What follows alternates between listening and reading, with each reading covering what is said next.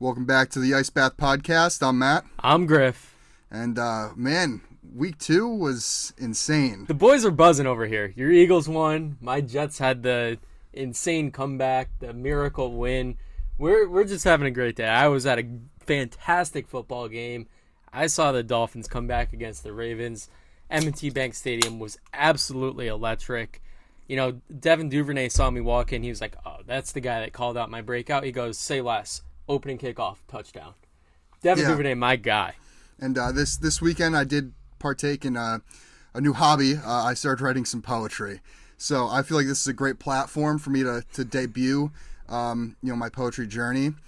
So I'm going to just, say one of my poems right now. Here we go. As the wind blows, the flowers they dance, and I no longer hear any skull chants. Jay Jetta is having a really bad day because he had less catches than Darius Slay. I'm not gonna lie, I'm riding pretty high, and all I gotta say is, fly Eagles fly, let's go! Thank you. Headphone alert. Probably should have gave a warning before, but all right, here we go. Week 2 was another fantastic week of football. We saw some really great games. So far this season has lived up to my expectations. I wanted a really great season of football, and so far we've gotten that. Yeah, this has been one of the better years. Yeah, I mean, especially for fantasy, it's kind of been unpredictable so far. Mm-hmm. Some guys that everyone was really high on, a lot of the quarterbacks like Burrow, Russ, Tom Brady, they're all kind of off to some pretty slow starts. We got some sleeper quarterbacks that are just, kind of killing it right now. Oh, you mean Tua Tagovi? I do. That game, that was so much fun to watch. Tua just looked unreal. The deep ball was there. One of them he underthrew a little bit, but yeah. I saw a clip on Twitter where somebody flipped the video so he was throwing righty. And you look at it kind of like from the perspective of what we're used to watching. The throw was actually great. Yeah, the spiral on that thing. I mean, the Ravens coverage was kind of terrible. You had a banged up Marcus Peters, you had a banged up Marlon Humphrey, but Tua made the most of it and led an insane comeback. I mean, hurt or not, I mean, they still have a really solid defense all around, the Ravens. And Tua Tagovailoa, he put up 469 yards passing and six touchdowns. Tied for second most in an NFL game. Granted, he's tied with a lot of different quarterbacks. Yeah, but that game was just unbelievable from Tua. The first half was terrible. He had 2 pretty bad picks. One of them was actually an insane pick by Marcus Williams. He had both of them. But Marcus Williams was a great signing for them this offseason. Yeah, I agree. But, Tua came out second half. He just kind of had that spark, and he came out hot. And he was finding Jalen Waddle. He was finding Tyreek Hill. My question, though, like fantasy-wise, is should we expect to see this production to continue? Are we going to get week 1 Tua, or are we going to get week 2 Tua? Yeah, the inconsistency is kind of worrisome, but at the same time, when you have Jalen Waddle and Tyreek Hill on your team, I think you're going to be able to put up numbers. You're going to have mismatches somewhere on the field with one of those two. Especially with that speed. And then you get in the red zone and you have a guy like Mike Gesicki. That's true. I know Mike Gesicki doesn't really fit what this offense is kind of looking for because he's not like a vertical threat. He's just kind of one of those possession guys. But you get in the red zone, you have a reliable option in Mike Gesicki. Yeah, I mean, 6'6". You saw that touchdown grab he had. Yeah. I mean, he went up there. That was the only place Tua could have put it. And his gritty was great. Yeah, I mean, that's better than my gritty. So, and then we also had, week 2 was week of the receivers. Oh, yeah, big time. I mean, you got Amon-Ra, the Sun God, St. Brown there. He had 9 catches, 116 yards, and 2 touchdowns. 2 touchdowns is going to be a common theme among a lot of these receivers. I would like to say real quick about Amon-Ra. I think he's an elite wide receiver 1 option, and then you kind of get him like a little later on in your drafts, but he's just unreal, and I think when Jameson Williams comes back, he's going to just be better too. Right. Oh, yeah, because he's going to have that compliment. Jameson Williams is going to draw coverage. Jameson Williams draw coverage. He's a great vertical threat. I think Amon-Ra is going to be in those in-between routes. I think he's just going to be wide open. Him and Jared Goff seem to have that connection already. So, and he also did his best impression of Deebo Samuel this week, where he had 2 carries, 468 yards, which, I mean, that's extra close to 7 points for you fantasy owners out there. But who's counting? Do we even need to talk about Jalen Waddle and Tyreek Hill? The Dolphins duo there combined for 22 catches, over 300 yards and 4 touchdowns. And it's back-to-back weeks where their target share is pretty much identical. Mm-hmm. They're both putting up crazy yards, crazy numbers in fantasy. Which I will say, I was really, really high on Jalen Waddle this year. I was too. And I thought this was the reason why I thought that. Because I thought Jalen Waddle was going to be able to coincide with Tyreek Hill. I thought they're going to be 1A, 1B. I think they're going to be identical in that offense. They're going to really coincide, and it's coming to life right here. They had almost identical stat lines. Yeah, back-to-back weeks. I mean, I think week 1 they're in one of my leagues, they're like 0.1 off in fantasy points. Yeah. But yeah, this offense is actually pretty explosive. We'll talk more about that offense later because I got a couple pieces I want to talk about, but man, those two were pretty unbelievable. Yeah, I mean, and then you got Cooper Kupp doing Cooper Kupp-like things. He also had 11 catches.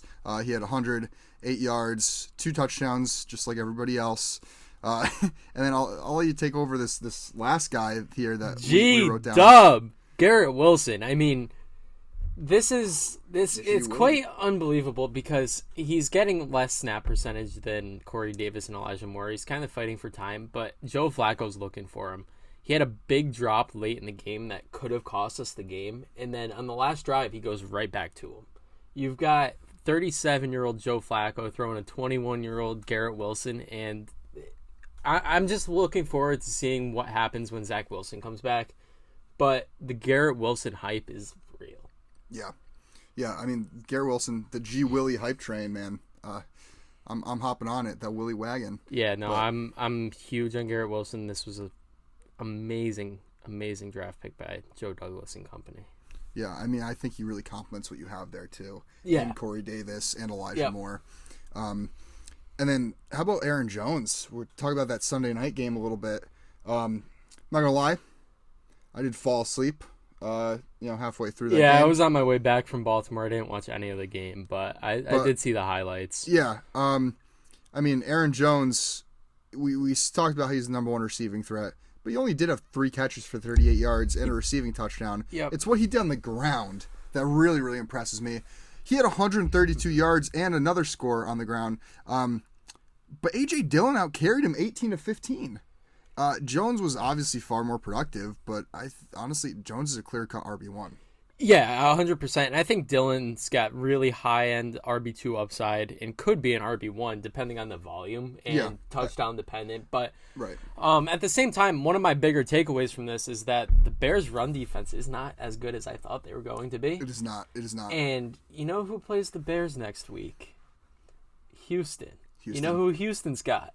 Dameon Pierce, who actually got carries this week. I think Dameon Pierce has a big week next week. Dude, you are predicting a Dameon Pierce breakout I game? am predicting Dameon Pierce breakout game. Let's get this ready for the clip. Yeah, we got to clip this. This might go on the TikTok or the Instagram there. Make sure you guys follow us on TikTok and Instagram at IceBath Sports and on Twitter at IceBathPod. Selfless plug.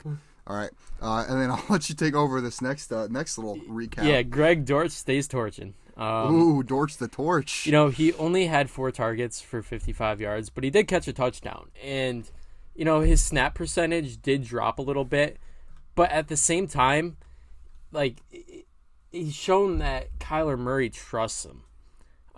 He only had a 71% snap rate compared to 91% in week 1. And he only had 4 targets, but he did bring them all in.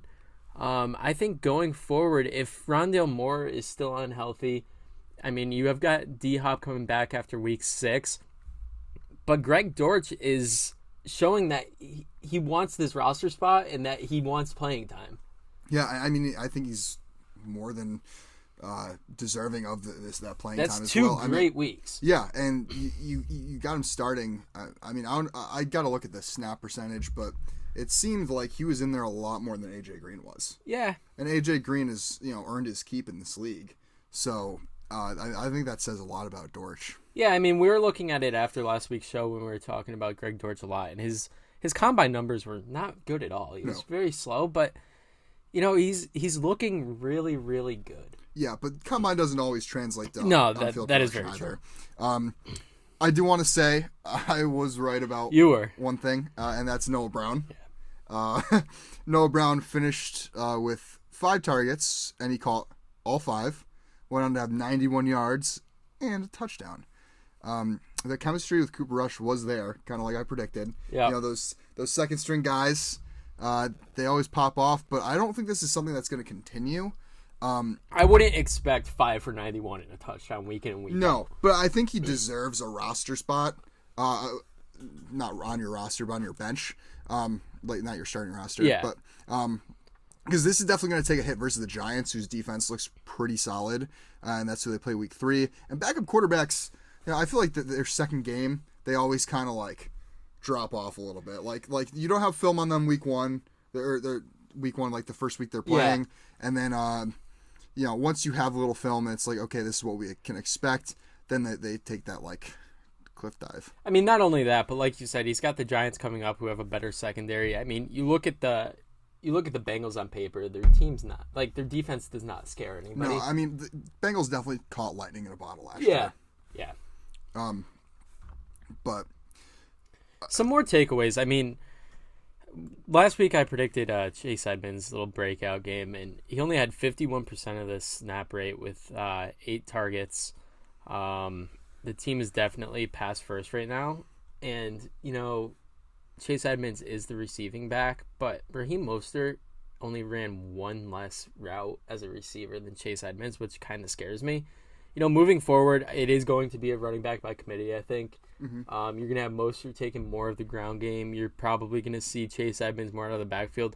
Personally, I'm staying away from Miami running backs in fantasy. Yeah, I mean, I was kind of on that path going into like my drafts this year. Yeah, I agree. I couldn't trust that backfield. And, I mean, to be honest with you, I thought Raheem Mostert was going to take over eventually, just because he has that chemistry with Mike McDaniels. He Mm-hmm. knows the offense, and he's pretty fast. So, Yeah.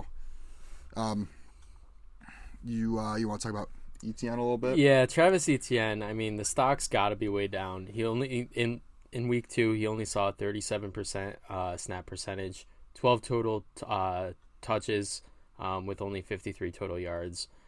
James Robinson, we've been talking about it, feels like week in and week out already, and we're only on episode 4. James Robinson's the clear number 1 there. Yeah, I love James Robinson. I mean, how could you not? Yeah. The dude came, he was an undrafted free agent, and then he's torn up the league. And then you go out and draft ETN, you bring in competition for him, ETN gets hurt, James Robinson has a big year, gets hurt, comes back, and he's still running back 1. Yeah. But I would like to say, if you are a Travis Etienne owner, I wouldn't sell low on him. No, definitely hold on to Etienne because his time's going to come. He has that chemistry with Trevor Lawrence. The reason why a lot of people thought Etienne was going to have a big year is because they didn't think the Jags were going to be winning many games, and that when you're behind, you're going to have your receiving back in more, getting him more touches. And the thing is, they haven't been bad. No, not at all. And, so, those game scripts are more favorable for a guy like James Robinson. Yeah, and one more note on James Robinson. Like, what he tore his Achilles last year, right? Yeah. And usually that's that's one of the worst injuries to come back from because of your explosiveness. Look at what happened with Cam Akers. Yeah. James Robinson came back early from this injury and has started to do James Robinson type things. I mean, the story of this guy is just insane. It's incredible. I love James Robinson. I love everything he stands for, and just how if you keep working, it's going to pay off. Yeah. But I do want to stay in the AFC South. Yep. Should we worry about the Colts? I think so. Off to an 0-2 start, they get shut out by the Jaguars. Well, 1-1. 1-1. Did they? 1-1. 0-1. They I'm had sorry. the tie. That's right. They tied, but I mean, a tie's But man, a loss. you're getting Come on. you're getting shut out Nobody by the wins in a Jaguars, tie. and you're tying with the Texans, who we've been saying we think they're a sneaky good team, but Right. but at the same time, it's the Colts. They should have been able to run away with this division, and to me, right now, it's looking rough for the Colts, man. It is. Granted, it is only 2 weeks in, but you invest in Matt Ryan. You trade away Carson Wentz. You start from scratch with Matt Ryan, who didn't even look that great last season.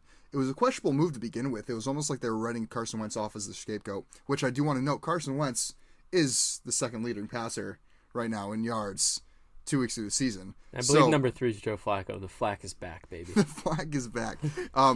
So, I mean, the Colts must be kicking themselves a little bit on that front, but they did start 1-4 last season and ended up finishing 9-8.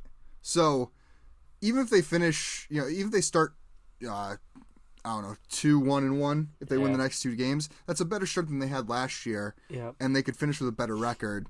They rebounded late in last season. They could probably do the same this season. And not to mention, they've been without Shaq Leonard, formerly so weird. known as Darius Leonard. I only found that out like 2 weeks ago that he changed his name to Shaq. And I heard somebody say Shaq Leonard. I'm like, who? Yeah. I'm like, is this a new rookie, like undrafted free agent guy that I haven't heard about?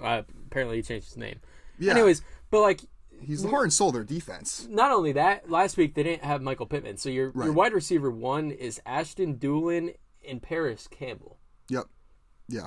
And that takes away from the run game. You're not able to stretch the ball downfield, so Jonathan Taylor is not able to do much. Let's be honest, their wide receiver 1 is probably Naheem Hines. Yeah, that is also true. But, I mean, as the season goes on, though, the team should get healthier. I think this team's going to earn enough wins to capture the division. But I'm not sure they're strong enough to win a playoff game, especially in the stacked AFC. No, I don't think so either. They should be getting better, but it should be mandatory that they get a replacement for Ryan this offseason, in my opinion. He has not looked that great. All right, you want to get into some Week 3 picks? Yeah, we don't have to talk about last week picks. I did go 10-6. You went 8-8. Yeah, I at 500, I'll take it.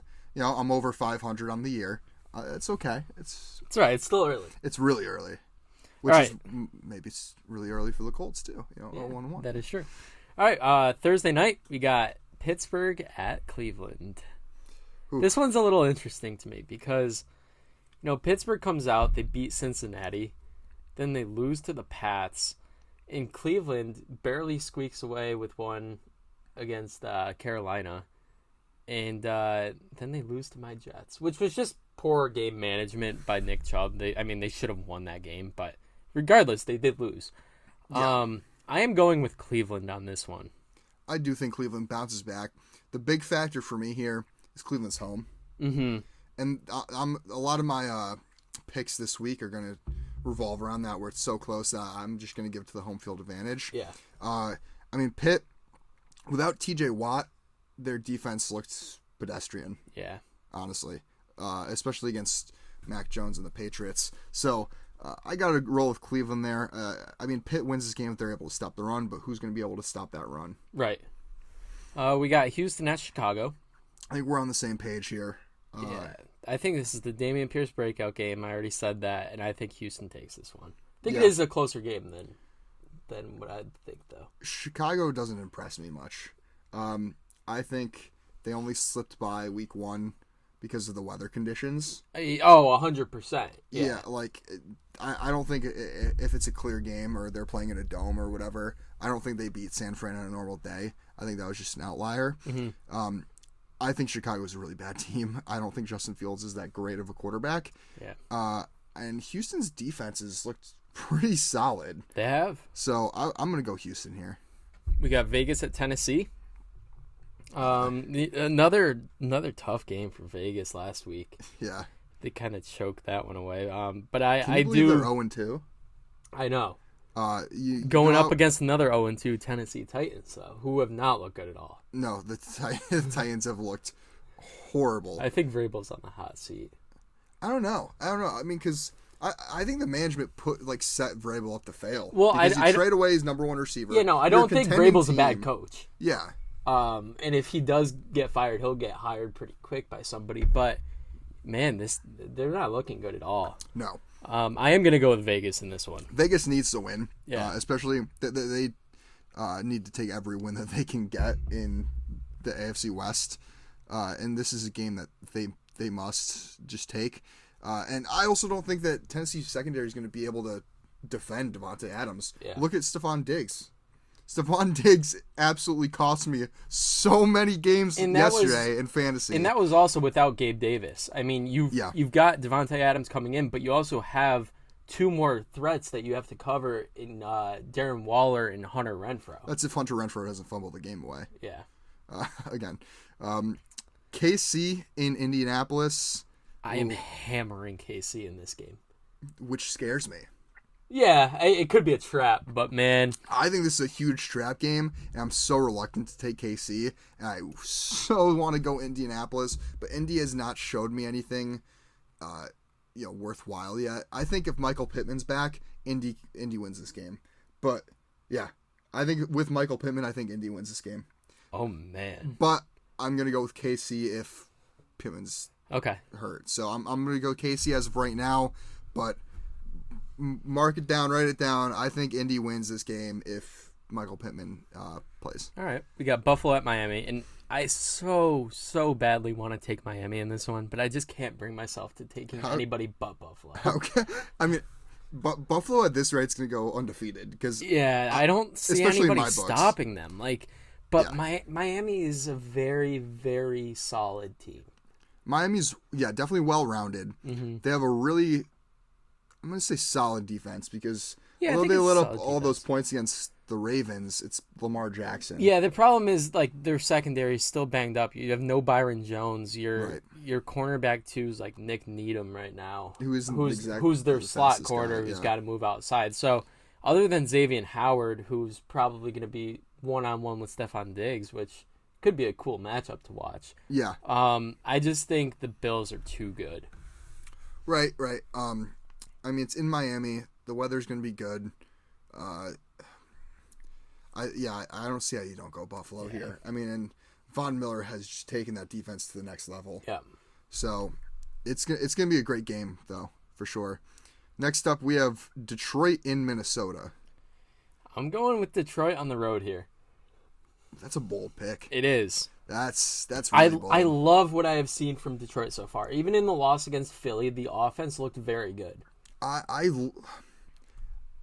love Detroit this year. I love Dan Campbell. Yeah. I think the players are definitely fighting for him. And I don't know, Minnesota just did not look great last night against Philly, but then again, Darius Slay absolutely shut down Justin Jefferson, which Minnesota showed was their offense. So it's tough for me here, but I got to go Minnesota in a bounce-back game. I think Minnesota's too good to lose at home in a divisional matchup, but I think it should be a really good game. Okay, we got Baltimore at New England. Baltimore is only 3-point favorites on the road here. Yeah, I don't understand how. I don't understand that. Baltimore all the way for me. Yeah, I love Baltimore this week. Although I loved Baltimore last week. Baltimore, Lamar Jackson, who's going on like a warpath right now with no contract. Like he's got something to prove. He has a chip on his shoulder. Really well. And New England has not impressed me at all. No. Like even that game against Pitt, they barely won. Yeah. And Pitt lacked their best defensive player. Mm-hmm. And I mean, they have Mitch Trubisky starting at quarterback, which no slander to Mitch Trubisky, but he's not the most intimidating person to face. Right. No, I agree. So I got Baltimore as well. We got Cincy at the Jets. I'm going the Jets again. I think we beat Cincy again back-to-back years. I think Cincy starts 0-3, and then the panic button starts to get hit. I like the Jets here just because that, the Bengals secondary and the Bengals defense in general is just not scary, like I already said. The Jets offense, it's sustainable with Joe Flacco at quarterback. He showed that last week. Mm-hmm. I like another big game from Garrett Wilson, and I like a big game from Corey Davis, who I'll talk about later. I think the Jets win a close one. I'm going to go 28-24. I differ here. I got Cincy. This is a must-win for Cincinnati. The Jets, is Flacco the starter? What's going on with Zach Wilson? He's still out? Zach Wilson will be out in probably the first 4 games, they were saying. Okay. All right. So, Flacco is going to he's going to Flacco this up one of these weeks. And, I don't know. Cincy is a better team than they've been playing. They are, and I also don't think the bias might come out a little bit here, but I've seen it from non-Jets fans. I don't think the Jets are an absolute pushover. No, they're not. The run defense is very, very good. Robert Saleh is a really, really solid head coach. Yeah. But then again, I mean, I can't buy into Cincy being 0-3 to start the season. I really can't. How's your pass rush? It's been solid. I mean, It's solid. Yeah. Is it good though? yeah, you have Carl Lawson off the edge. You've got Jermaine Johnson, John Franklin Myers, Quinton Williams could get to the quarterback. Like the defensive front is really good. I could be swayed, but right now I'm going to stick with Cincinnati. Yeah, no, I think with the pass rush, though, I think with that O-line and the way Burrow has looked in the pocket, just not getting rid of the ball underneath, trying too much to make the big play, I think he's shooting himself in the foot there, and it's hurting that offense a lot. Yeah. Yeah, no, I don't know. But then again, is Sauce Gardner going to be able to contain Jamar Chase? Or DJ Reed, number 2 ranked corner in PFF, right behind Darius Slay. That's true. Shout that's out true. DJ Reed. Speaking of Darius Slay, Philadelphia in Washington, Carson Wentz revenge game. Carson Wentz revenge game. I don't think he gets revenge. Fly Eagles fly 3-0 start. I really wish I was confident in this game, but Washington absolutely owns Philly. I feel like I don't care. Philly looks unstoppable. they right do now. they do, but I need to see a little bit more. I need to see a divisional game first before I can fully buy into this. Fair enough. But I'm obviously going to back Philly. I think Philly wins this game. I do too. But I don't think it's going to be a pure dominant victory like it was this past week against the Vikings. Okay. I think we may struggle a little bit, especially it being in Washington. A lot of emotions with Carson Wentz playing. Yeah. It's going to be a tough game to win, but if we can win this, I'm fully buying into this Philly Super Bowl hype. New Orleans at Carolina. If Kamara's back, which he probably should be, they said it wasn't like anything long term. It was just like he almost played Sunday. I think New Orleans takes this. I'm with you, New Orleans. Jacksonville at the Chargers. Back to the New Orleans game. Jameis Winston's playing with a broken back. I know. That concerns me a little bit with New Orleans going forward. Just start Taysom Hill. Let me pick him up and start him at tight end, and you get my quarterback. That's true. I want that. It almost feels like they're putting themselves at a disabled position, just going into every game now. When you have a quarterback, your quarterback has a broken back, and you're making him play through it. Yeah, like that's obviously going to affect how he plays, how the offense is going to run, and you're going to lean a lot more heavily on your defense. I'm not sold in this game, especially since Carolina's at home.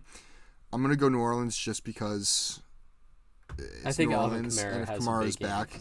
Yeah. But I would not be surprised if Carolina won. Jacksonville at the Chargers. I'm going Chargers. Chargers. Well, let me back that up real quick. Okay. I want to make sure Herbert's playing. Yeah. Because if Herbert's not playing, I think they may be screwed. Yeah, and Chase Daniels career backup. Yeah, I mean, or Chase Daniel just comes out and throws for 500 yards and 6 tutties. But I don't know. I'm still going to go Chargers here. Yeah, I mean, even if Herbert doesn't play, I think the Chargers defense will win them that game. Chargers D is really good. Yeah, their D's pretty legit. Rams at Cardinals. Rams all the way here. Rams had that bounce back game. They're looking like a legit team again. Yeah, I agree. And they almost did fumble the bag. Yeah, they almost Atlanta. did. But I think Arizona kind of got lucky last week. I agree. I don't think they're that great of a team. I think they're going to get a couple filler wins like that, but I don't think they win more than 7 games this year. I could get behind that. All right, we got Atlanta at Seattle. Pretty rough game. I'm going to go Atlanta here, and you have to get Kyle Pitts involved. You don't draft a tight end at number 4 overall to use him to, create open space for 3rd and 4th string wide receivers. Drake London's looking really good. Drake London's looking a lot better than I thought he was going to. I agree. But you got to get Kyle Pitts involved if you want to win games. Come on, Arthur Smith. I got Seattle here. Geno Smith has looked really solid. And I don't think Atlanta's going to be able to cover DK Metcalf and Tyler Lockett. And now you have a healthy Kenneth Walker to pair with Rashad Penny. I think that offense is a lot scarier than people were kind of predicting them to be. I got Seattle here. I think Seattle wins, and Seattle's defense also hasn't been a pushover. So I think it's going to be a hard-fought game, but I got Seattle. Green Bay at Tampa. Brady Rodgers. You know what? as much as I don't want to bet against 12, you don't know which 12 I'm talking about. I am going with Tampa Bay here. I think at home, the defense has just been really solid so far. Mm-hmm. And, you just go out and sign Cole Beasley today. I think it's a close game, but I think the Tampa Bay run defense is able to contain the Green Bay running backs, which would hurt Green Bay's offense a lot. I have Green Bay for the sole purpose that Tampa Bay's wide receiver core is really banged up. Green Bay has a really solid defense. No Mike Evans for Tampa. Right. Julio's hurt. Godwin's hurt. Both of them, even if they play, they're not going to be 100%. And Beasley, one of Russell Gage and Cole Beasley, if he could learn the playbook fast enough, which that's kind of depends on that, but one of them is going to be shadowed by Jair Alexander, and the other by Eric Stokes, who Stokes is a really good cornerback too. It's going to be a low-scoring game for sure. Yeah, I like the under in this game. Yeah. Both defenses are solid. Right. And Green Bay, I mean, you got Aaron Jones and A.J. Dillon. I mean, it's hard to contain both of those. They're both starting running backs. It is, but I feel like every time I start an opposing running back against the Tampa Bay defense, they do nothing for me in fantasy. So I've just stopped doubting that run defense of Tampa.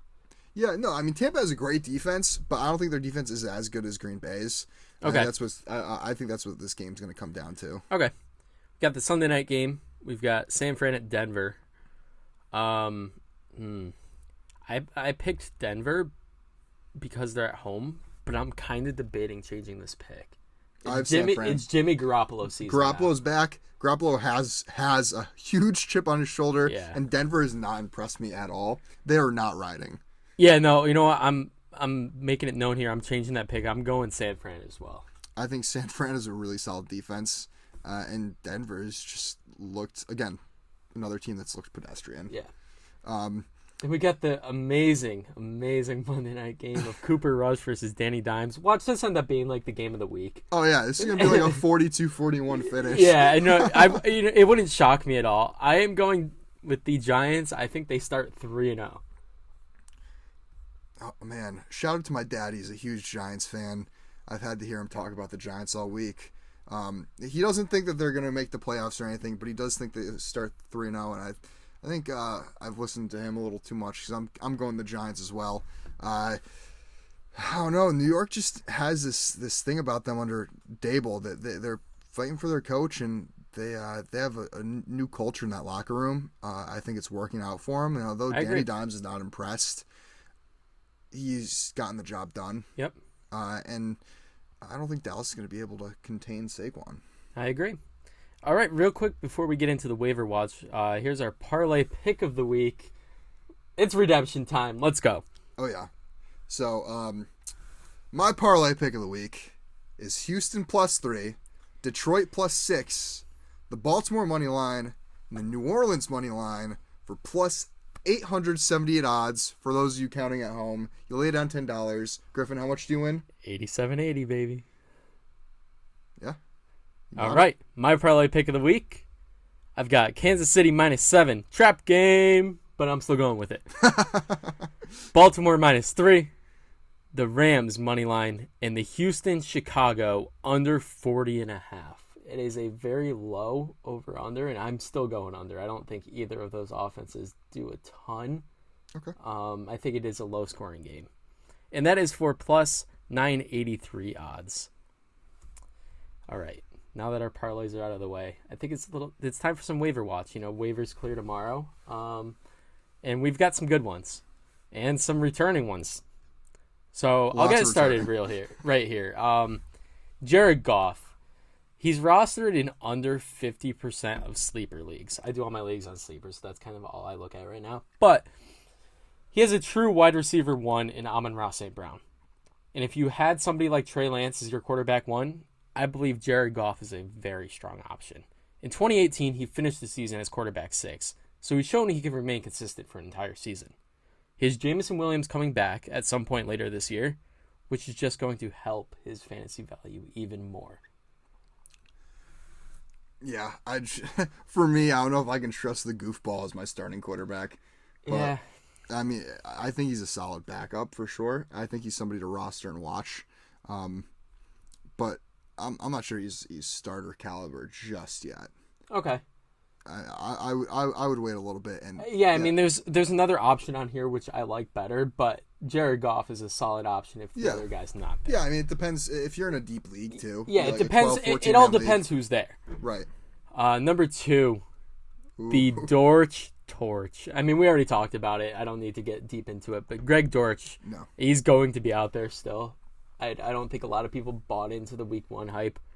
You got to buy into this week 2 hype. Yeah, I mean, after week 2, 100%. Even if you don't start the guy, you have a solid bench wide receiver where if somebody goes down, you have a placeholder for a week. Right, and the biggest thing with Dortch is he's not a household name yet. No. I mean, it's been 2 weeks, and look at like what concerns me is you look at like a guy like Travis Fulgham a couple years ago who had a couple really great weeks. That's a name.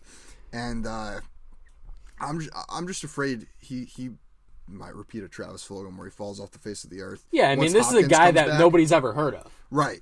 But I think for the next couple of weeks, he's definitely worth stashing. I agree. Cole Beasley, I just talked about him. It kind of all depends on how quick he can learn the playbook. But like we said, Mike Evans is out. He got a 1-game suspension. Chris Godwin's probably still going to be out. They don't want to rush him back. He's got many injuries he's dealing with. Right. Julio's banged up. I mean, Cole Beasley is 1 season removed from being an all-pro. And he could definitely be a strong flex option if, you have some injuries on your team. Yeah, I mean, it's Tom Brady. Look at some of Tom Brady's favorite receivers. Wes Welker, Julian Edelman, Cole Beasley. What do they all have in common? They're scrappy guys. They're scrappy players. They're tough. They're all slots that Tom Brady loves to dump off to. That's all what they have in common, and I think Cole Beasley fits that mold of a Tom Brady receiver. So I wouldn't be surprised if he ends up being a solid wide receiver 3. Yeah, I agree. Corey Davis. So far for the first 2 weeks, he's had 14 targets. With Flacco at quarterback, the team's showing they're willing to throw the ball a lot. And there's been some really, really good play design by Mike LaFleur to get his wide receivers open. Mm-hmm. Corey Davis only had 2 catches, but one was a 66-yard touchdown in week 2 on a great play call. If you could get your receivers open, this Bengals secondary isn't very good, and Corey Davis is out there in a lot of leagues. What concerns me with Corey Davis, so you got Garrett Wilson and Elijah Moore. Elijah Moore's already established. Garrett Wilson's starting to establish himself. I think Corey Davis is going to start to take a step behind both of them.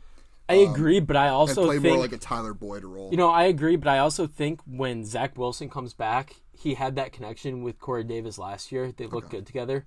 I think it's a guy where if you could buy in now, before he kind of takes off, which he's had 2 solid weeks, but if you could buy in low, get him off waivers, stash him for a week or 2 when Zach Wilson comes back, I think Corey Davis is a great fantasy option.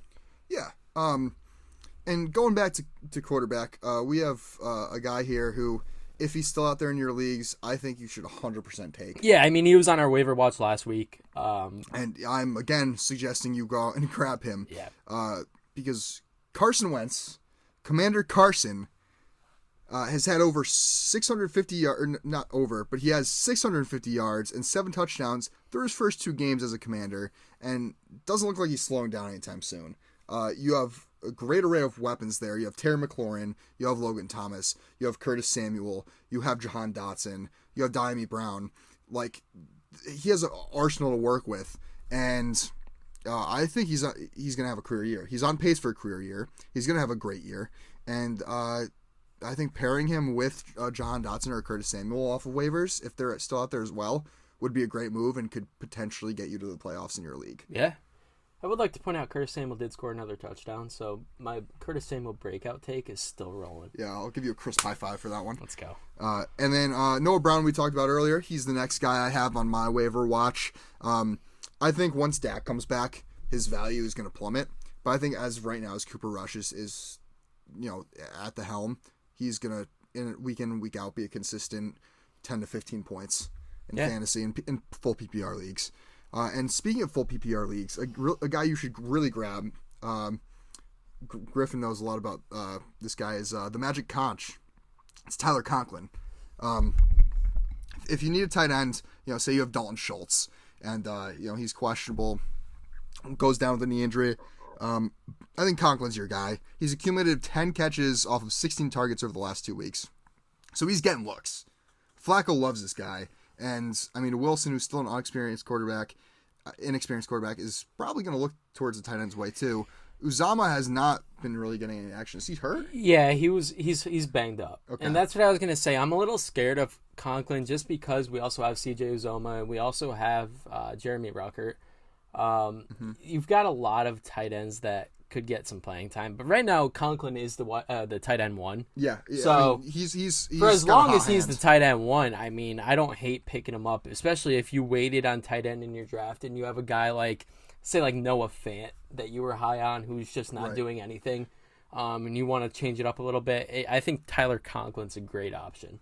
Yeah, he definitely has low end tight end one value, but he could be a great pickup. So. That's going to conclude our waiver watch, and I think that's about it. Do you have anything else you want to add? We just did have one social media question. Oh, yeah. All right. So would you like to take this one? Yeah, which is a bigger steal? James Robinson in the 15th round or Brett Favre taking from the Mississippi Welfare Fund? I gotta go with James Robinson.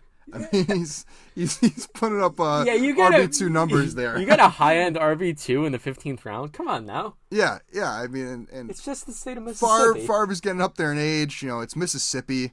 You got too many eyes. They're good. Yeah, we're good.